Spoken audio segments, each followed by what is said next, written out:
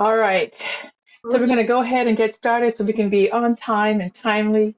Thank you all so much for being here. I feel like we haven't seen you for a while because we missed last month, but I'm so glad that you're here today. We have a fabulous guest, and I'll talk a little bit more about that. Lost it. Yeah, I'll talk a little bit more about that in a moment. I would like to go ahead and ask Reverend Bill Marcioni, would you do a treatment for us and bring us in today? Absolutely. I would love Thank to. you.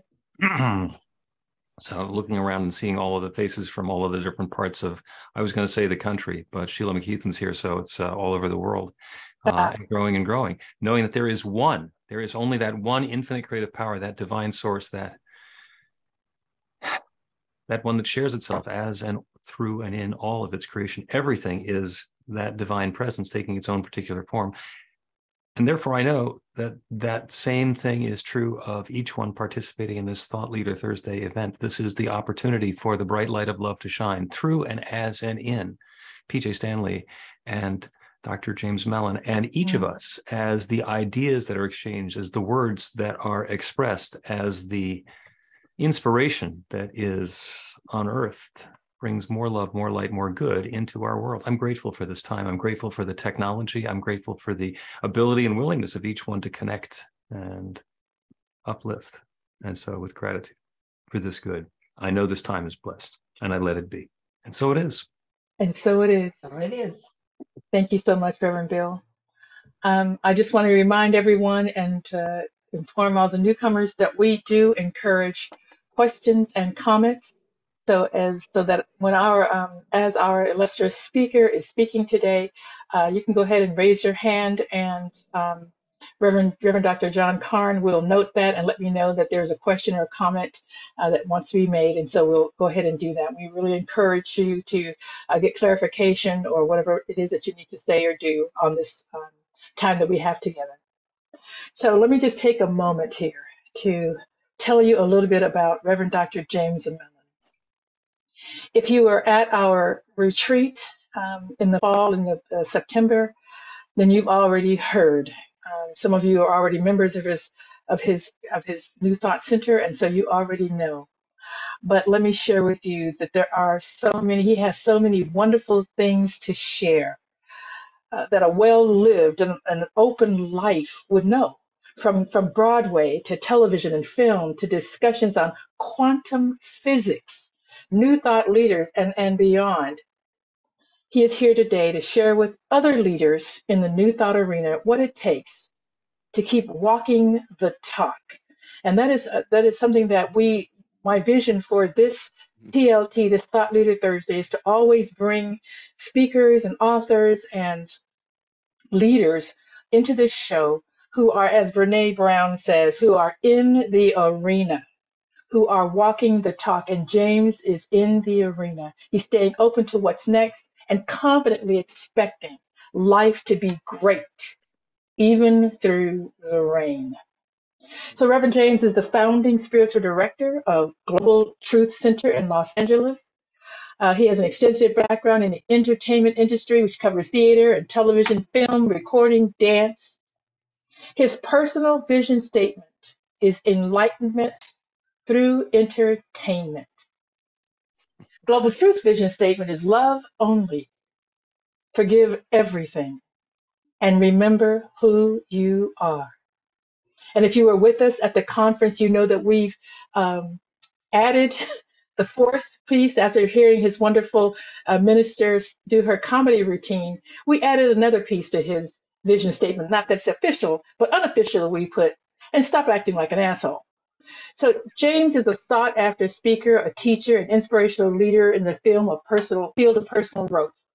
He's the author of the book Mental Muscle, 16 Weeks of Spiritual Boot Camp. And if you want to know more about that, just talk with Reverend Dr. Bill Marcioni. He'll tell you a little bit about that. He has a new book coming out called The 5 Questions, and it's going to be published sometime this year, so we're looking forward to that. You can find more information about his work at globaltruthcenter.org or jamesmellon.org. So please join me in welcoming Dr. James Mellon. Woo! Thank you, thank you, thank you. Oh, thank you so much. So excited to Thank you. have you here. It's so funny. I'm sure you all feel this way, but when you sit and listen about yourself, it's almost like you're listening to the story of someone else. Um, when you said, "What is it?" What is it to be a new thought leader today? And for me, I am a work in progress.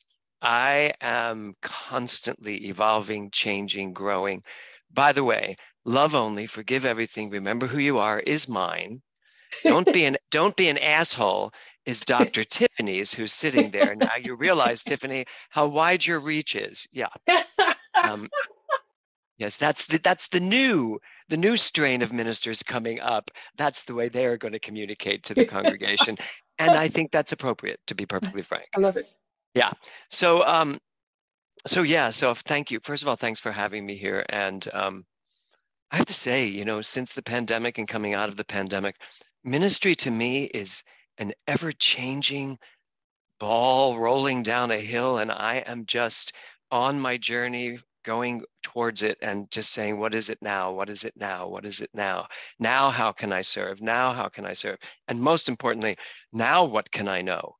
When I really got involved in quantum mechanics and quantum physics and quantum metaphysics, it turned my world upside down. I was like, well, everything that Ernest Holmes has taught, anything that Eric Butterworth has taught, all of the transcendentalists, they were all literally talking quantum metaphysics without knowing what it was.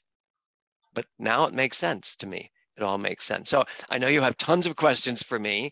So Yeah. have at it. Okay.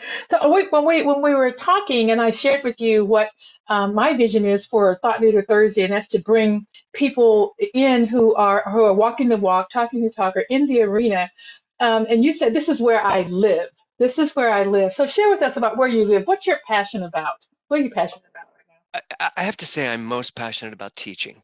I right love speaking. I'm an actor. I'm a performer. I love getting on any stage, anywhere, doing anything. Well, not belly dancing. I've tried it, not good at it.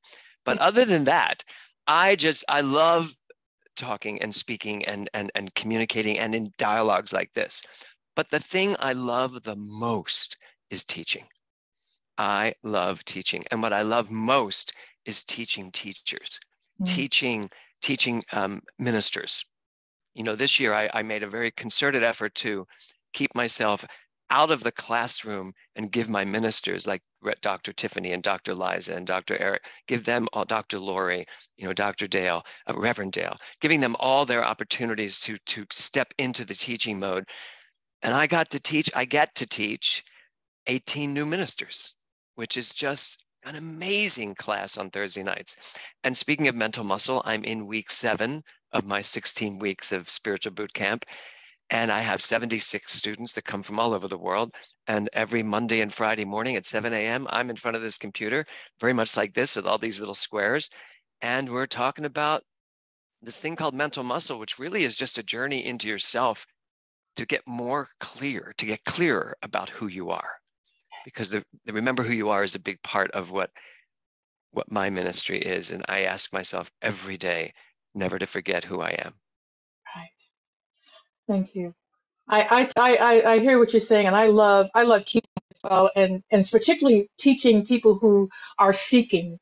So they're the ones that are asking the questions, and so obviously when you ask the question, the teacher appears, and so that's just a movie thing. But what is it about teaching ministers that has you so excited? I taught my first ministerial class like 15 years ago. And at that time, I was an ordained minister with Centers for Spiritual Living, really Religious Science International, because it had just actually, no, my first ministerial class I taught as an ordained minister of Religious Science International.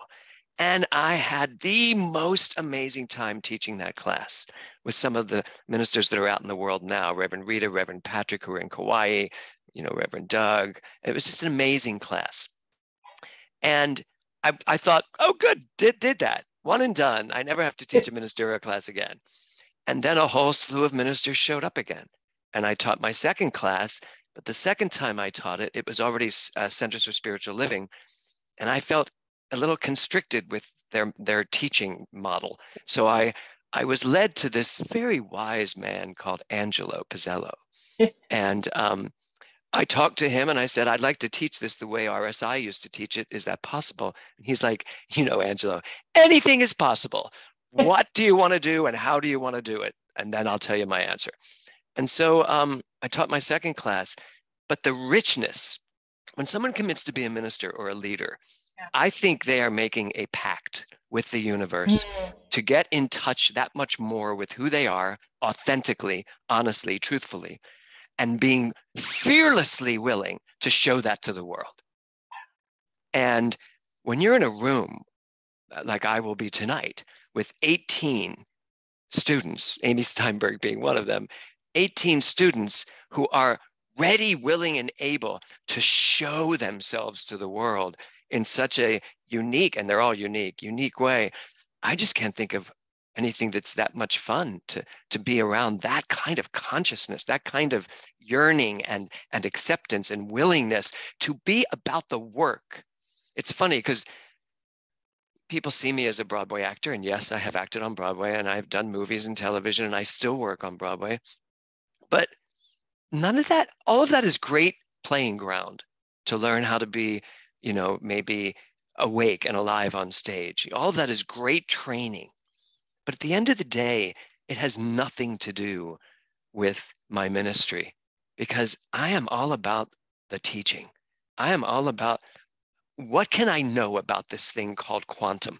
More importantly, what can I know about this thing called God? The word God, that is the most divisive word on the planet. Oh my God, yes. Right? And everybody thinks they know what it means, but unfortunately, many people think it has to mean what I think it means. Your God is not my God. And I'm here to say there's only one God, and that God is the quantum field of pure creativity. Period. End of sentence. There's not a guy in the sky. There's nobody anywhere making decisions. It's all you. So as you all know, because most of you are ministers and doctors, everybody's not out there waiting to hear this message, by the by. Most of them are like, I liked it better when God was Santa Claus, because then it was just, I'll be good and then I'll get what I want. And now we are selling to people. I hate to tell you this, you're creating it all. It's all landing on your lap. So what do you want to do with it? That's not the best, as a retailer, that may not be the best thing to be selling, but it's the truth. So I'm there to sell it. Exactly. Thank you so much. Just being courageous is, when I look at one of the things I do is all the time talk about what my values are and walk through life knowing what my top 5 are and making sure that I'm showing up as those top 5 all the time. And that being courageous is like number 1 for me in so many things. But so what is it? What is it? And it's hard to explain that to me, but being fearlessly, and I like that you put together fearlessly courageous, because you do have to step into. So what does it take? What does it take to be fearlessly courageous? Yes, I know. It's funny because I don't, I did say it. Do I think of myself as fearlessly courageous? I kind of do, and here's why. It's not an egoic thing. It's not because I think I'm all that. It's because I know I'm all that. And it's not on the relative plane. It's on the absolute plane. When I really get in touch with who I am and I understand that, as Emerson would say, the oversoul that guides everything is who I am. When I really get that, then it's not hard to be fearlessly courageous. I'm unwilling, and many of you know this, I'm unwilling anymore to pretend or to soft pedal or to dilute the truth of what's going on. I'm just not. So, the people that have a hard time with me when I say I am God, or I go into that understanding of God, I'm unapologetic with that particular understanding of what God is, because it's me, it's you, it's all of us. And the more people that get in touch with their true divine power, the less people will wander around feeling weak, living in a world of lack, being unhappy. And I'm all about what Thomas Troward said. Thomas Troward said, our only purpose in life is to enjoy it. So I am all about enjoying life, and I'm not going to enjoy life as a second-class citizen. I'm only going to enjoy life understanding that I am the center of the creative power and I get to use it in my life. And so, I'm so certain of that, so sure of that. I am so embedded in that. It just does not serve me to play small anymore. Yeah. Not that I ever thought I played small, to be honest. But when I look back, people go, oh my God, you've starred on Broadway, you've starred in movies, you've done all these things. What a life. And I'm like, you know what? The entire time I was doing all of that, I was suffering from a very bad case of the imposter syndrome. And so while my outward projection was fabulous, leading man, successful, all of that, great romantic life. Inside, there was a great part of me that was like, someone's going to figure this out. Someone's going to figure this out, that I'm not all that. And it wasn't until I realized, oh, wait a minute, you are all that. And you're so much more. And now I don't really have too much imposter syndrome left. I don't even know if there's anything left. Good. Thank you so much. So, I completely agree. Not that I have to for it to be true, but I do. And I just that absolute knowing. I think talking about when showing up as yourself. You talked about, and I think this leads into this next thing that I want to share with, or I want to ask you about, when we talked prior to, when you talked about never shying away from your story. I think that's a part of this, showing up completely as who you are. So talk to us a little bit about that. Well, how the importance of your story and why we shouldn't shy away from it. Well, here's what I teach when I teach ministers. We all have stories. Yeah. I suggest that ministers do not share their story unless they have a point of view about it. And that point of view should be inspiring, not catastrophic. So we've all seen the ministers that show up on stage to work their crap out in front of the congregation. And frankly, I don't go to be inspired and want to watch somebody work their stuff out. But if they have a point of view about the stuff that they have worked out, and that's the story we have. And not to catapult quickly into this, but 4 years ago, my story was that my daughter was in a very horrible car accident and was on life support for 5 days. And it happened on a Sunday, the Sunday after Thanksgiving. And I was at home when I got the phone call, rushed to the hospital, and then was there for 5 days. And that was my story at the time. Did I have a point of view about it? Yeah, I had one point of view, keeping her alive. That was my only point of view. And I did not talk to many people. My husband and I we had a congregation that rallied around us, that kept us safe, kept us from having to deal with anyone outside of what was going on in that ICU unit. And then something happened. Well, on the 5th day, we released her. And then someone wrote on Facebook, and I think I shared this with you all at the conference. Somebody wrote on Facebook, I guess you're going to have to think twice now when you say life is unfolding perfectly. And I wasn't angry at that person. Here's the other thing. Because of this teaching and because of what I know, I've never had a moment of anger against the girl that drove that car. And she was intoxicated. And she was driving 90 miles an hour in a residential area, joyriding. I have never had 1 second of anger against an 18-year-old girl who in that moment of her life made a bad decision. So, and I wasn't angry at this person. I thought, But what did get to me and what did flare up in me was, you need to get right back up on your pulpit this Sunday. Pulpit. I never used the word pulpit. I don't know where that came from. I need to get back up on that stage on Sunday, just like you were last Sunday when Nora was standing with you, singing through the whole service with you. Get back up on that stage and answer the person that wrote that Facebook. And then, James, you can do whatever you want after that. If you want to disappear for 6 months, disappear. We'd get up on that stage. And I did. And it's interesting too. We at that time before the pandemic, we always had between 180 and 200 people in the room. But that day, because of what happened, it was overflowing. You couldn't get in the room. And I got up on stage and I really kept my composure because I had one thing to do, which is to say, I absolutely still believe that life is unfolding perfectly, and how disrespectful of me to think that something happened to Nora that shouldn't have happened just because I'm in a state of shock and grief.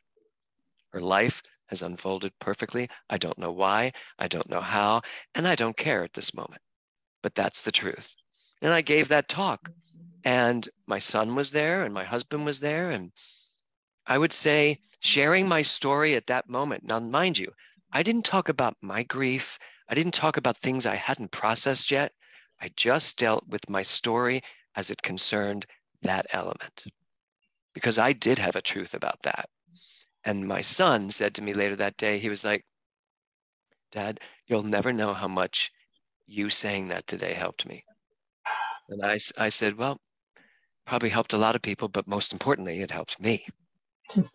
So, so that's what I mean. Share your story. But as ministers, as leaders, our stories are only valuable to the extent that we can find um, the good in them, that we can find the inspiration in them.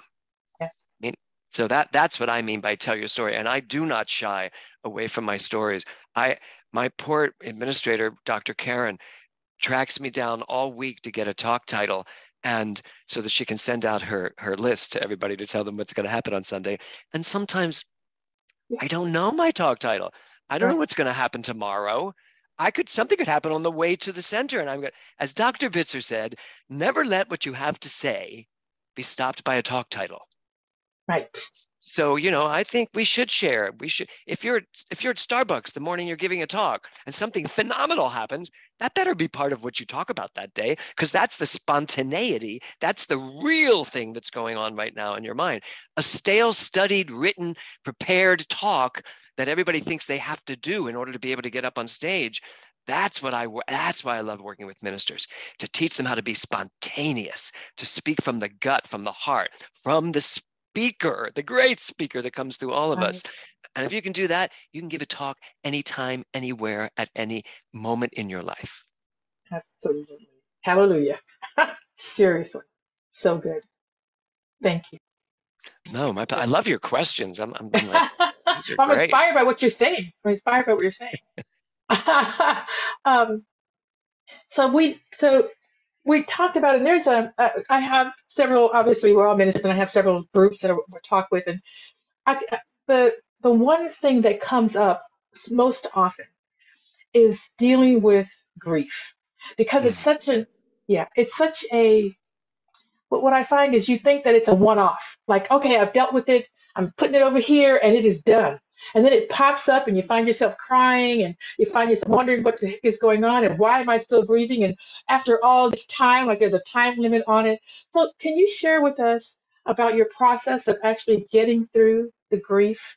And not necessarily about loss of your daughter, though that's a big one, but what just grief in general. And I know that grief is not generalized because it's specific to the person you've lost or the thing you've lost. But share your thoughts about how you walking through grief and being in that arena, um, and Well, can keeping your faith through it.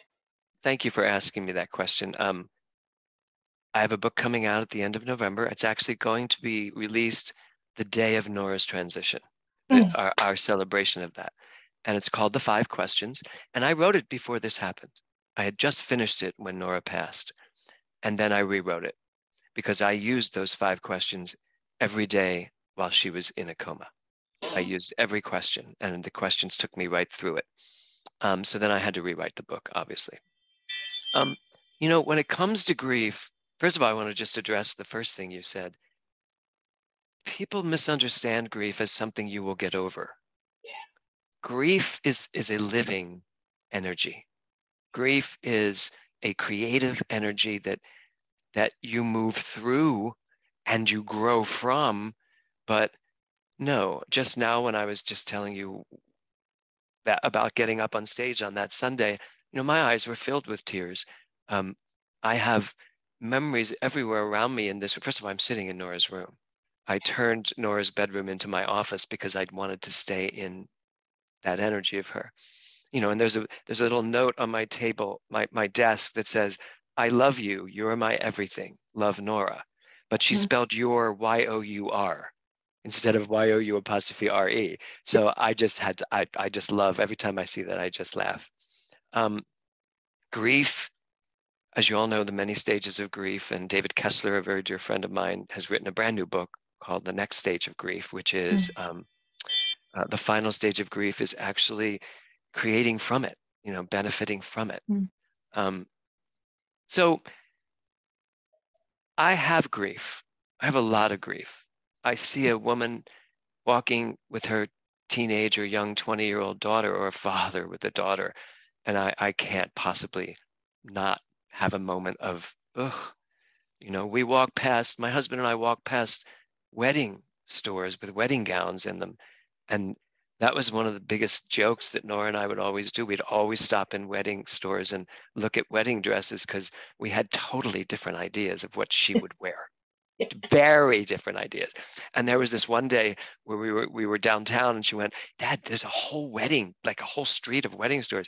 And she went in and she tried one on, and she came out, and she had like the one I would like. I was like, "I love that." She goes, "I wanted you to see it at least once because it's never going to be on my body again." And so, those were the kind of things she and I did together. She was really right there with my husband and my son. They're my best friends, as they hit their late teens, and she was 19 when she passed. They were young adults and were so much fun to be around. And Nora also, a lot of people don't know this, she came this close. She was on hold to star in the sequel to Mamma Mia, to play young Meryl Streep. And we sat on pins and needles for 2 months waiting for them to either give her the part or tell her she was released. And what we didn't know was the whole time she was on hold and they were working out her deal, Lily James had been offered the part but wasn't taking it. And it wasn't until the break it moment where they said to Lily James, "We have someone else we're going to hire. You need to," as the proverbial thing, "or get off the pot." And she took the part. And Nora was great about it. She was just like, "You know what? My first audition for a movie and I lose the part to an Oscar-winning actress, I'm good." She said, "I'm good." And her agent was like, "Trust me, everyone will want you now because you are that girl that almost got the part out of nowhere. And so, could I be angry? Could I have grief? I'll tell you one thing I do have grief over. I have grief over a life that I imagined for her that will never happen. But again, it's a life that I imagined for her. Because the very day of her accident, she sat right here when it was a bed and cried to me about how everybody thinks they know what she's going to be in life, and she hasn't even had time to figure it out. And we had this long, dark night of the soul, like hours that day, about that. So, grief is not about a person or a thing. Grief is like water. Once you pour it out, it goes everywhere. And it's everywhere. I have grief. All of us have this. Probably a lot of us have grief over our younger selves. We still grieve that younger self, and I will tell you this. In the first year or two, I did what I needed to do. I kept everybody safe and sane. My focus went to my son and my husband to make sure they were okay. I knew it was my job to stay very firm and strong to keep them on a good level. And then it all started to crumble. And then I actually started to feel what I had not really felt. As sad as I was and as much as I cried, I started to feel a depth of sorrow and angst, a feeling of nothingness, a feeling of emptiness that overcame me. And that's when I reached out, found a wonderful therapist who deals with grief. And I wanted someone who didn't know me, someone who'd never heard of me, someone that was not in this teaching. I didn't want anyone Science of Minding me about this at all. I was very comfortable with what Science of Mind taught about this, and I was clear about that. But I wanted somebody who was going to talk to me about my feelings and honor my feelings. Way too often people come in and go, you know what, it's all good, it's all God. I'm like, I get that it's all good, and I get that it's all God. But can I tell you that right now, God sucks? That's how I feel about God. God sucks. Because if it's all God, that means it's all the energy of God. And the energy of God I'm experiencing right now really sucks. And I wanted to be able to say that to people without them going, Dr. James. Yeah. So I found a great counselor, great therapist that I still work with every Monday, no matter where I am, I'm on a call with him. And about 3 weeks in, I log in to talk to him and he goes, oh my God, your talk yesterday was great. And I was like, excuse me? And he was like, well, obviously, I mean, I'm going to go look you up and find out who you are. I said, that's so funny because I literally hired you because you didn't know who I was. He goes, well, I know who you are now, so let's just keep going. And so it's just been quite a journey with him. And he's probably as metaphysical as all of us, and keeps me, not keeps me on track, keeps me journeying. He always keeps asking me, what more can you know here? What more can you know here? So he was the exact person, came from one of my best friends who said, you should try this guy, he's in Portland. And it's been good. So grief, I know this has been a very long-winded answer on grief, but No, it's a big subject. It's a yeah, it big is a big subject. subject. I just tell people, because I get, you know how it is. If you're going through something, everybody else going through it is gravitating towards you. So I deal a lot with people with grief, and my answer to them is, don't try to get through it. Feel what you need to feel, because the sooner you feel it, the sooner you're going to understand what it is. Yeah. So I am willing to feel it every time I walk by a bridal store, every time I see a father and a daughter, every time one of Nora's pictures shows up on Facebook. I feel it, and I'm okay. I feel it. I'm okay. Ugh, thank you so much. There's when you just talked about that, about just allowing yourself to feel it and thinking about what happens, certainly for me, and I'm assuming for others, is that I don't know how I'm going to get, if I let myself go down that hole and feel it, how do I get back out? That's the fear that I have. And talking to you, when you just said here about, keep journeying and feeling what you're feeling. So, and there has to be a way out. There's a way in. There has to be a way out or through. It's not even about out, I guess. Through, exactly, Yeah, through. yeah. But you know what? Here's the other thing. I teach and I talk about already established premises, your AEP. What is your AEP of life? Mine is, my life is unfolding perfectly. That is my core belief. So if I honestly believe my life is unfolding perfectly, there's nowhere I could ever go where I am unsafe. To the darkest, deepest place in my grief, then that's where I need to be, and my life is unfolding perfectly. So in one sense, the fearlessness we talked about earlier, that's Yeah. there because I absolutely trust my life is unfolding perfectly. If everything fell away today, if I lost everything, as if that's even possible, it's not Right. in my mind, but let's just play with that. If everything disappeared and I was being asked, start over, buddy, you have nothing, start over, I would still be at the place of saying, you know what, my life's unfolding perfectly. Obviously, I needed to lose all of this to gain whatever's coming next. That's how firmly I believe this. Is it easy? No.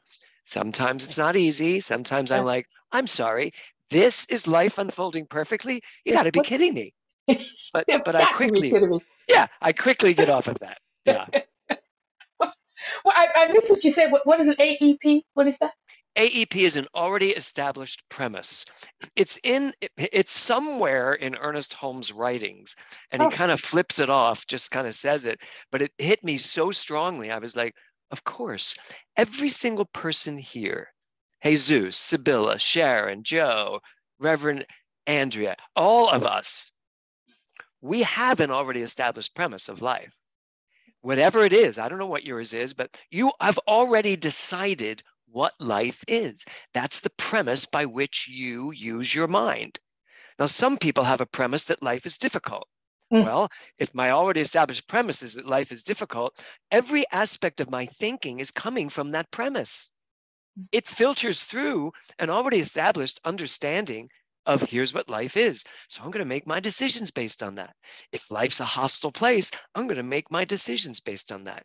If I believe that life is unfolding perfectly, that this quantum field is filled with pure potentiality that is mine to use at all times, no matter what, I'm going to actually think from that. I'm going to process life from that. So it really behooves us all to figure out what exactly is my AEP of life, my already established premise, which is another name for your core belief, but the core belief. I was speaking with someone, I'm writing this down. I was speaking with someone the other day and sharing some of my thoughts in a class I was teaching.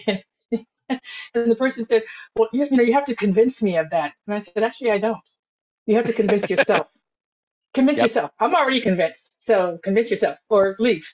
Either way. I love that. You know what? No, I don't. No, I don't. No, I really don't. It's okay. It's all good. Well, Ernest Holmes, when he talks about treatment, he says it's the power of the practitioner and the receptivity of the client.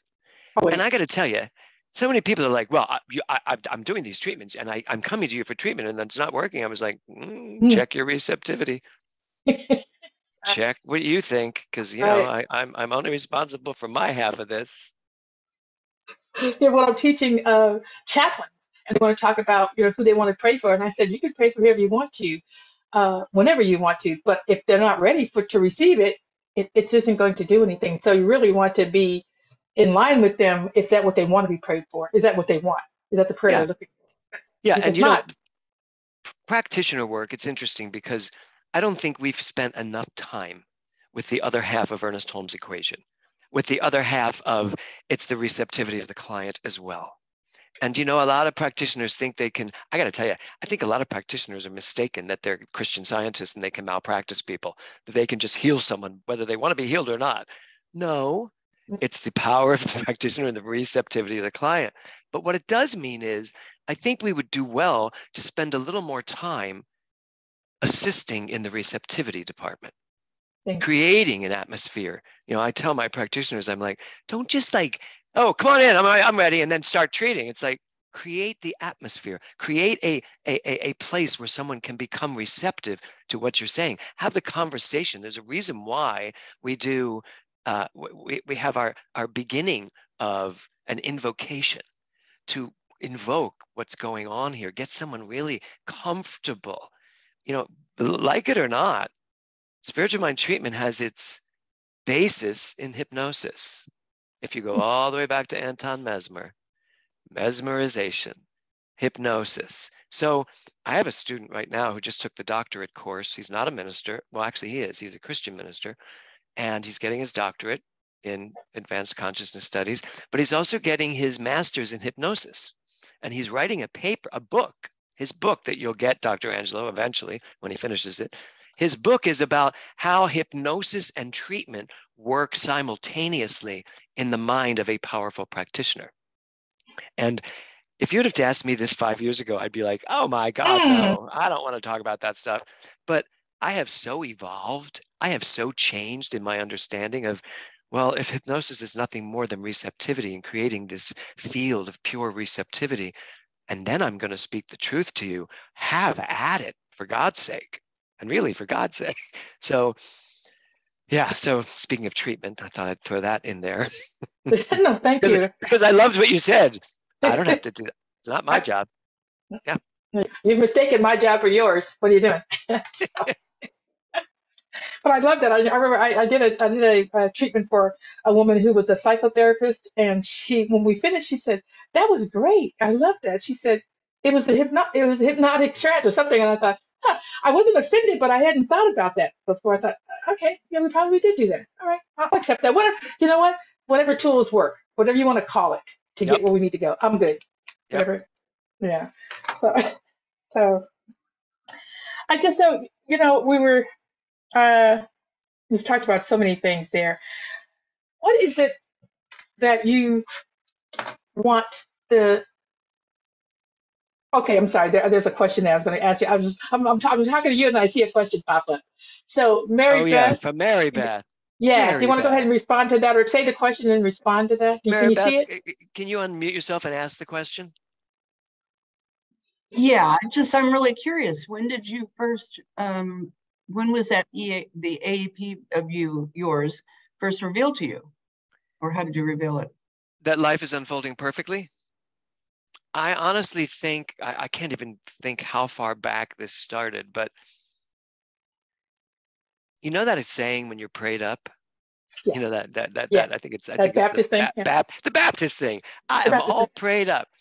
I think when I got pretty prayed up, you know, I have worked very hard and taught so many classes. I mean, I'm a maniac teacher. Last year I taught Monday, Tuesday, Wednesday, Thursday nights, and Monday and Friday mornings. I mean, it really was too much.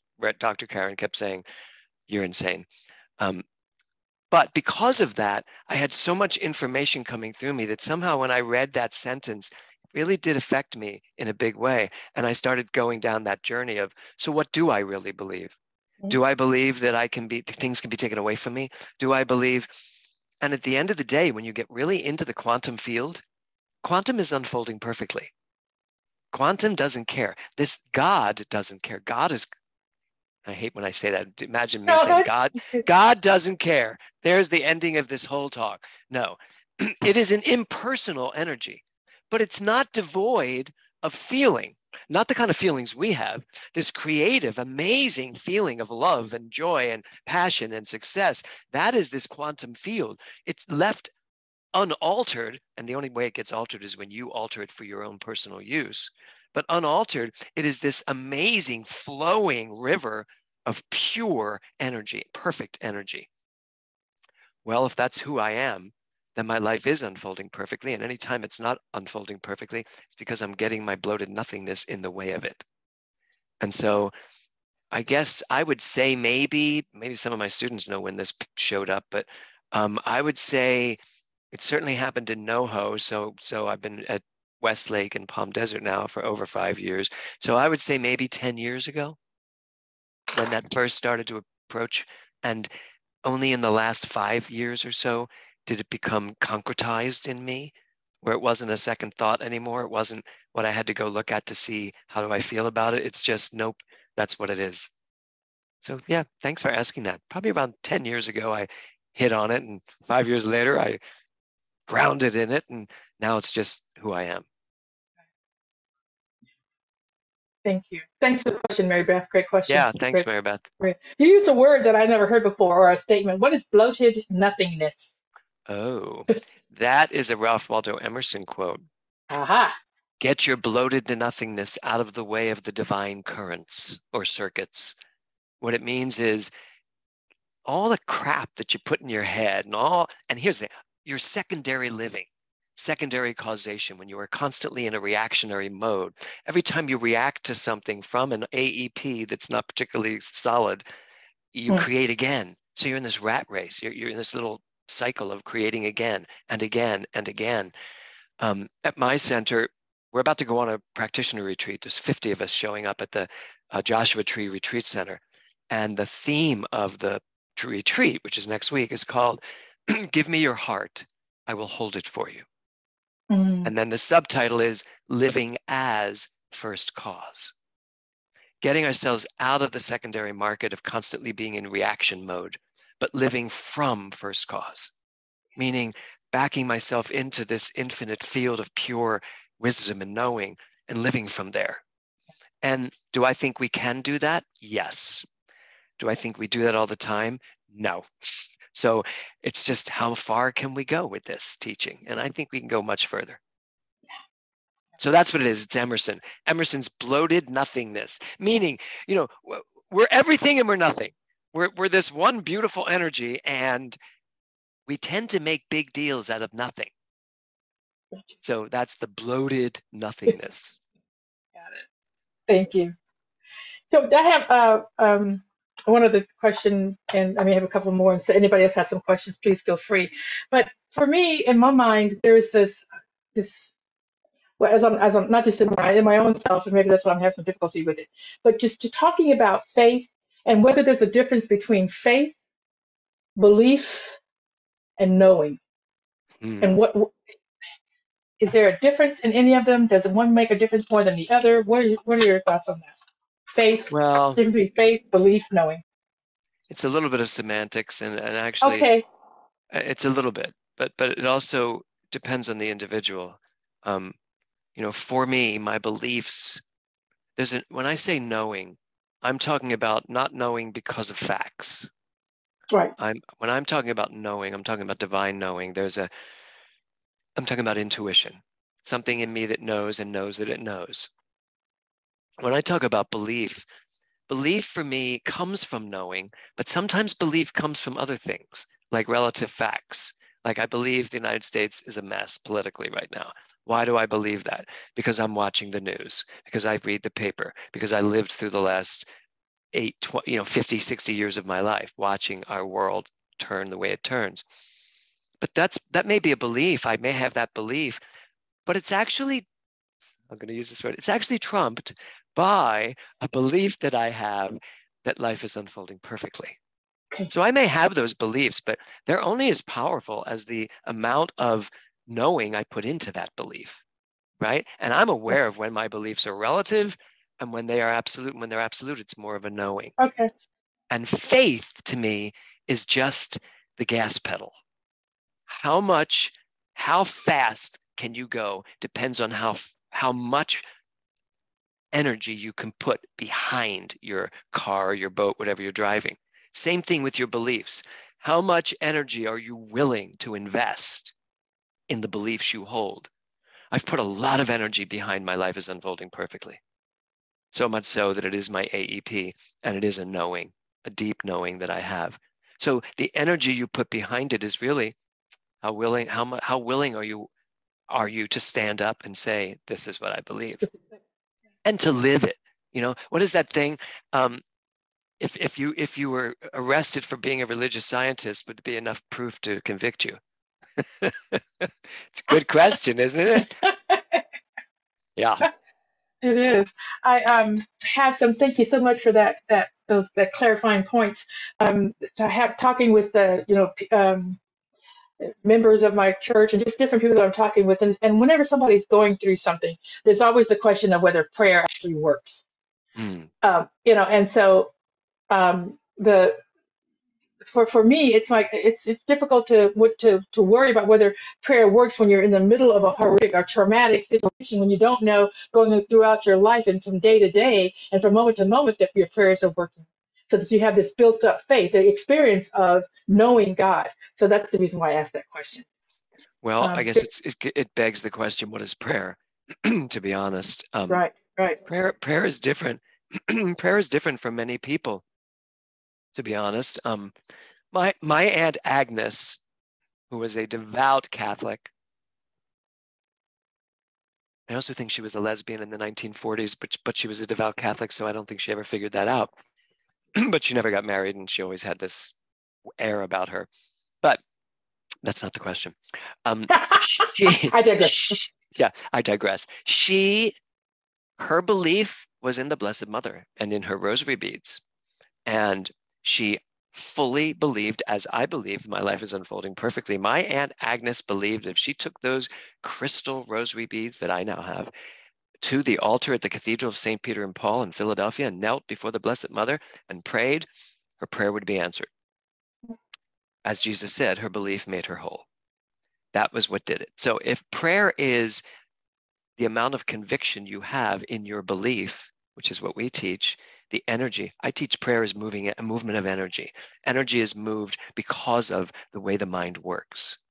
And how clear you are, how definite you are about what you are knowing, that's what moves mountains. And so I treat all the time. I pray all the time. Sometimes I do not need to do a spiritual mind treatment. I need to take a deep breath, know what I know, and move on. Because that is a movement of energy. And just a sidebar, I used to call my Aunt Agnes whenever I had an audition in New York. I'd call her, and I'll never forget this one day when I did West Side Story. I had 9 auditions. Wow. 9. Talk about feeding my imposter syndrome. I was like, nobody thinks I can do this. That's why they've called me in 9 times. 9 times. And on the last day of the audition, which happened to be my birthday, I called my Aunt Agnes and I went, Ag, do me a favor. get those rosaries out, go to the cathedral, just say a prayer that this is my last audition. She went, done. So she you know, it was like a 10-minute walk. I'm sure she got right to it, went to the cathedral and prayed. I got there. I knew I was prayed up because she prayed me up. I mean, remember, I was still a Catholic then. I was still very confused. And so, but she prayed me up. So I got to the audition.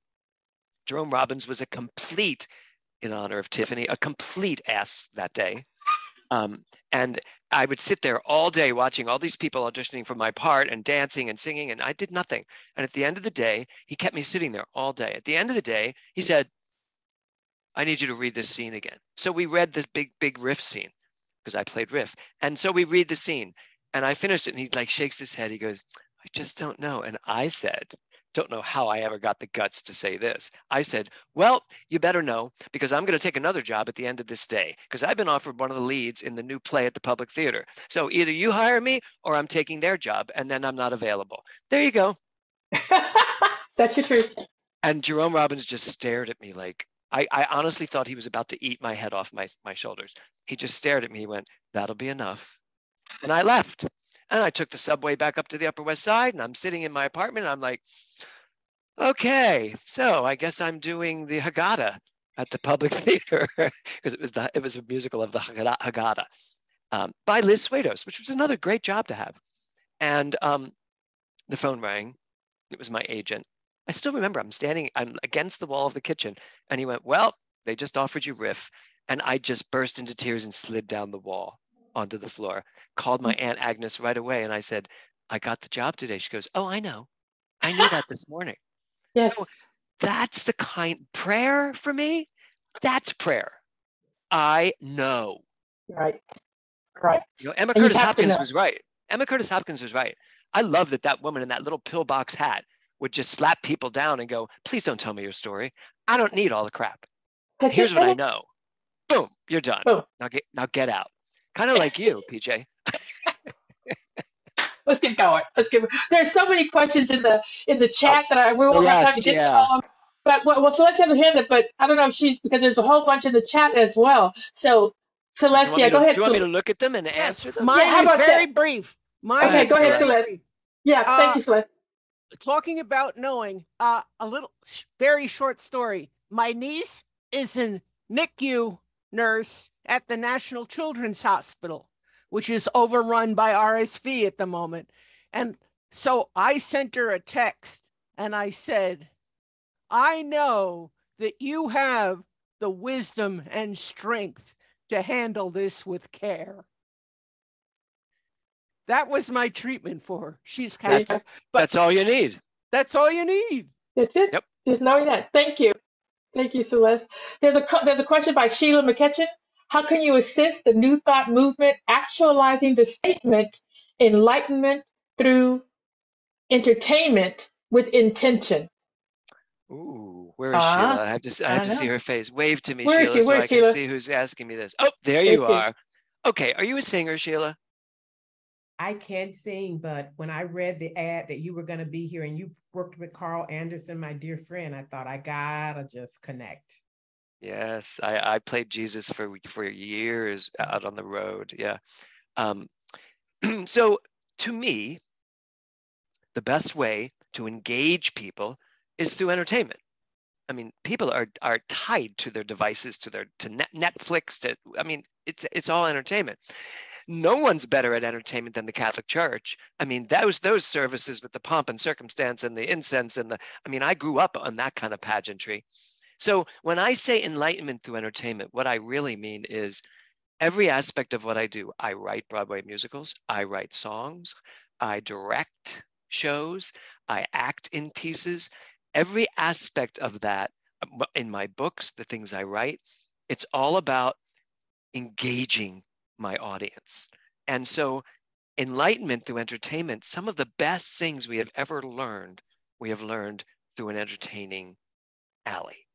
And so to me, when I became a minister, Dr. Walker, who was my mentor, took me aside when I opened my first church, when I opened the NoHo Arts Center for New Thought. By the way, I opened a church in a theater, which I then bought and had a full acting company and a full spiritual center, and you could never tell which was which after a while. Every actor that came in to do a show ended up as a congregant. They just kept coming and staying. But my Dr. Walker said to me, you're going to need to make a decision. Choose. Do you want to be a minister, or do you want to be in the entertainment business? And I love that man, and I trusted him so explicitly, but I was very clear when I looked at him and said, I do not need to make a decision.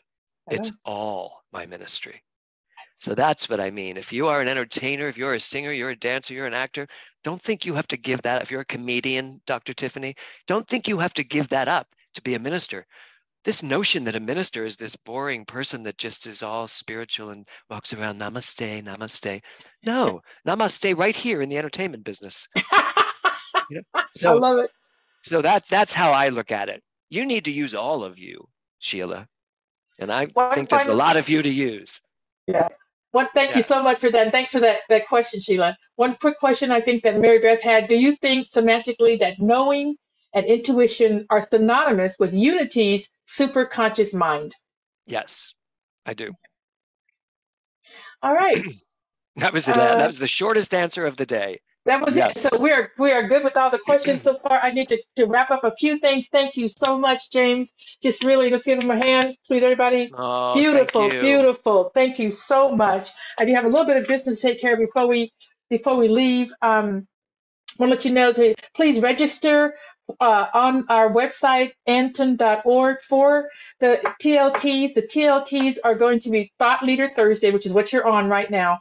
They're going to be in November and December. They're going to be on the 17th of November and the 15th of December, which is 1 week ahead of what we normally do so that we don't run into the holidays. Okay? So please mark your calendars for November the 17th and December the 15th for Thought Leader Thursday. For November, we have Suzette Wehunt from the Om Center of San Diego.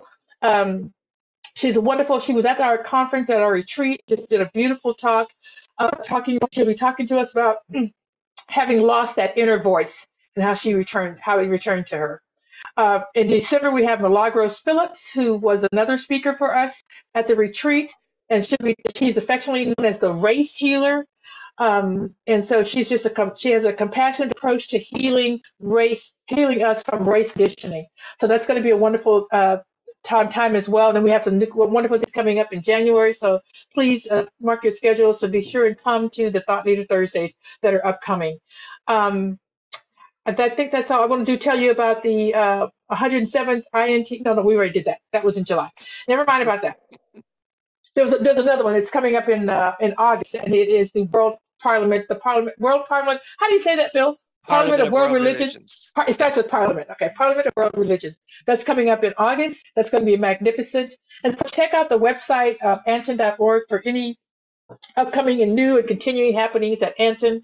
Please look in the. Did you put your things in the chat, James? I put my email in the chat. Anyone that wants to email me can email me. And also, I just want to say a plug for Milagros. Thanks to Anton. I consider her now a friend. She and I talk during the week, and I just watched her movie. You do not want to miss that Thursday that Milagros, you never want to miss a Thursday, but Milagros is just brilliant. She is an inspiring, amazing woman. If you missed her at the conference, you don't want to miss her here. Great, thank you for that. I think Michelle Whittington has something she wants to share, and then I'll come back to something else. I do, and my apologies, my yard people are here, so if you hear all this noise in the background, it's because they're blowing my backyard right now. But I just want to give a quick reminder that we are having a workshop, online workshop on Saturday, the 12th of November, 9 a.m. Pacific time, on developing, we're calling it Your Ministry, Your Way. And it is for anyone who has a ministry, whether you're a minister or not. If you have a ministry that you want to develop and grow and have some new ideas about, we're offering this 3-hour workshop for you to attend. You can register for it on the Anton website.